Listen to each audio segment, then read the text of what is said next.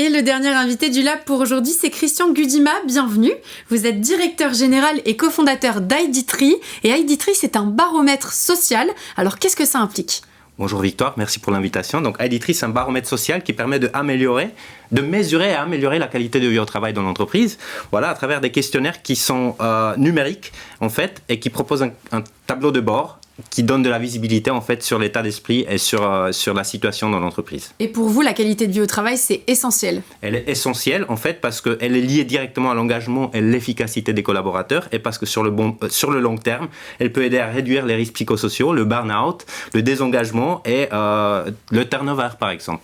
Ce logiciel d'enquête de satisfaction que vous avez créé, il apporte quoi très concrètement aux RH dans leur travail quotidien ? Il apporte une visibilité en temps direct en fait sur la situation de leur entreprise, équipe par équipe, voilà. Et en fait, il apporte un indicateur qui permet de tout de suite voir qu'est-ce qui va bien, qu'est-ce qui va pas bien, et où je dois intervenir dans quelle équipe pour améliorer la situation. Et ça se formalise comment ? Via des tableaux de bord ? Ça se formalise via un tableau de bord auquel le RH il a accès. Il peut le partager avec sa hiérarchie, il peut le partager avec son équipe ou avec son manager, et ils peuvent intervenir sur ce tableau de bord d'une équipe, par exemple, pour dire voilà, il faut qu'on change ça.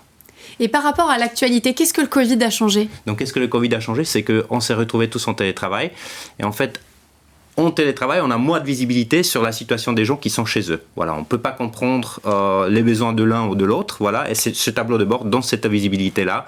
Et il peut nous aider à mieux comprendre, à mettre en place des rituels de communication, par exemple des plages d'horaires, etc., qui n'étaient pas définis avant. Et donc de conserver aussi peut-être la cohésion des équipes ? De conserver la cohésion des équipes et la communication, en fait, d'avoir des rituels réguliers pour se voir et pour vraiment travailler sur les problématiques récurrentes. Alors vous avez fait le choix d'un premier essai gratuit. Pourquoi ? Exactement. Parce qu'en fait, le premier essai gratuit, il est très très important pour les clients. Ils ne nous connaissent pas. Ils veulent d'abord tester le logiciel pour comprendre en fait en quoi il leur apporte une valeur. Et il apporte beaucoup de valeur, beaucoup d'informations qui sont super importantes pour les RH. Et cette information-là, elle est indispensable. Donc 50% des clients qui ont testé ça reviennent et prennent un contrat à l'année pour mesurer régulièrement. Donc c'est un très beau taux de reconversion. Exactement. Et par rapport au questionnaire, est-ce que les employés peuvent avoir une forme de réticence à répondre ? Par rapport au fait que on va voir leurs réponses, leurs managers vont savoir ce qu'ils pensent de l'entreprise. Donc on les rassure à 100%. Pour qu'ils participent. On a essayé d'enlever tous les freins pour qu'il y ait un taux de participation assez élevé. Et on est au-dessus de 70% aujourd'hui. Donc, ça se joue entre 70 et 85% de participation qui est exceptionnelle. Et comment vous faites pour ça ? Vous protégez leurs données ? On protège leurs données, on leur garantit l'anonymat et on est très très transparent. On leur dit où vont les informations, qui peut voir quoi. Et en fait, on leur fait des retours d'enquête en fait, à la clôture de chaque enquête. Et vous promettez aussi un levier formation ? On promet un levier formation également. Oui, voilà. Donc, on propose les principes préconisés par un acte, le test and learn. Voilà.